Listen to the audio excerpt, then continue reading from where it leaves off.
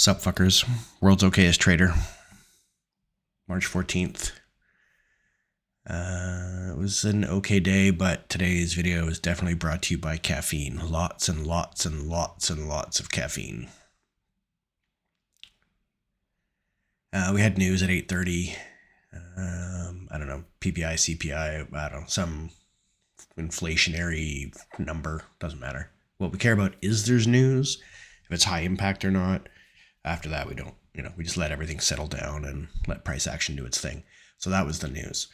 Drawing this channel, it fit nicely. 1, 2, 3, 4, 5 touches. In here, I was looking that there was a range, and that range did hold. I should have been looking for a short into here. This little breakout of the overnight open, failed breakout would have been nice, but I don't really think I was looking for that long at that point. I didn't know if I had this channel here. I was still kind of looking around, so I wasn't quite ready to take a short. But,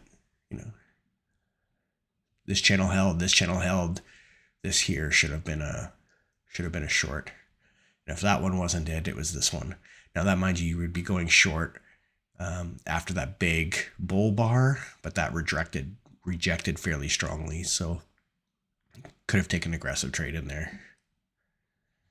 I did have an overshoot of this small channel working down here, eventually deleted it for this larger channel, created this range.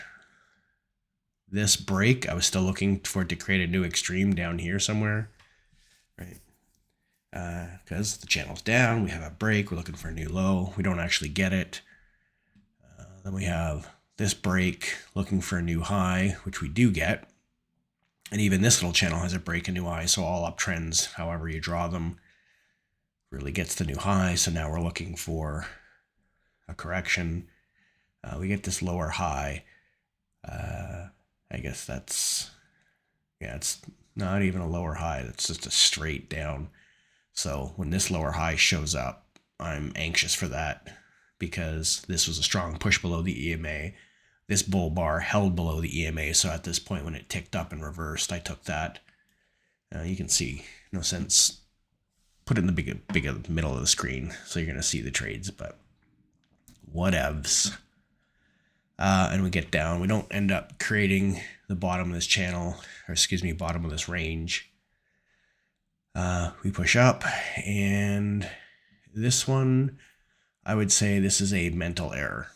Because we had the overshoot, we got the new high from this, but generally the overshoots lead to bigger corrections, which it did correct about 50% of that range, but this was just a bad trade. I shouldn't have taken this one. It's above the EMA. It's a bullish doji bar. This was a bad trade. So if you take a bad trade and it wins, it's still a bad trade. Do not reinforce shit like this, because this will eventually burn you. And it has burned me in the past. Like you saw those other trades a few weeks ago or last week where I took a trade like this and it burned me, right? I should know better.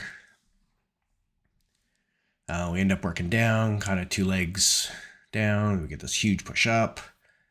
We get a break and a new extreme. So now we're close to the top. This channel, or this range here, could be maybe brought down to there now. Maybe it's there. Like, just, we're kind of looking for, it's not going to be a perfect one. Think of it kind of like a little area that would form that support. And because this one ticked up higher than here, I'm still looking for a lower high confirmation. I wouldn't take that one directly short, but that lower high. And that succeeded. I then scalped out, and then I took this one because the EMA was holding. So those were 2 back-to-back trades. That was fairly quick back there, so I was very happy about both of those. Hit the bottom of this range. And then we start a new sort of range here, but we get this, again, channel up, break, new extreme, but there's nothing really in here to take. We do get the new high. I'm kind of looking for another lower high as a repeat pattern of this, but it just dumps to the bottom. Then what do we got? Sort of a breakout. This fails, comes back up. we get the new high from this one, and there's that lower high. I guess this is a failed second entry long because we did get a lower high there. So new high, first entry, second entry failure. That was going up, but at the last minute it reversed fairly hard. And we got the scalp for that. This lower high would have been good too. But I didn't like the fact that it double bottomed right there. But it is what it is. We get this channel, maybe an overshoot, maybe not, could be wider. Either way, we get a break of that channel. We get the new low and it heads back up to the top of the range. Again here, strong, solid channel, tops, bottoms, tops, all holding. This thing breaks, so now looking for a second entry long or something here. When this goes high, first entry, second entry, it's way too high, way too far from the EMA. So now we're looking for a higher low, which we don't get. We're just looking for something in here above the EMA to make us go long. We just don't get it. And we have an overshoot, breaks out the other side with one leg. I guess there's a little pullback, but you get one leg and then it dumps down the bottom again. And again, nothing in there really, but we're still kind of looking for the same thing, right? We're looking for a break of this channel, and we're looking for, once that break happens, another extreme. So maybe this failed breakout of this range might have been bad. Might have been a good trade. Hindsight, sure. But here I was looking for a lower high. It also turned out to be, well, I have it as a failed second entry long, but it's not. That'll be a first entry pullback. Oh yeah, it is second. Yeah. So there's the high, pull back, first entry, pulls back, second entry, failure. So it pushed up and it held that down. Like it went back and forth, but the EMA held that. So I took it underneath. Now, negatives, it was fairly a large bar. So it's at 1, 2, 3-ish points of risk. And it's a bull bar, but it's below the EMA.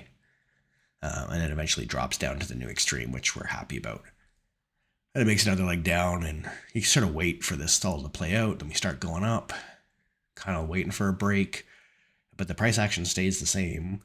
We get a break of the channel and it creates a new extreme. But stuff in here, it's really hard to take anything in here. It's later in the day.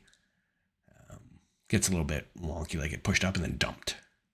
Now, if it maybe had created a little lower high in here, if it broke down here, maybe it would have been worthwhile, but that's pretty much it. So on the trade wise, we are 6-0 on the trades. Mental game, good trade, bad trade, good trade, good trade, good trade, good trade. So 5-1 mentally, 6-0 on the trades for the day.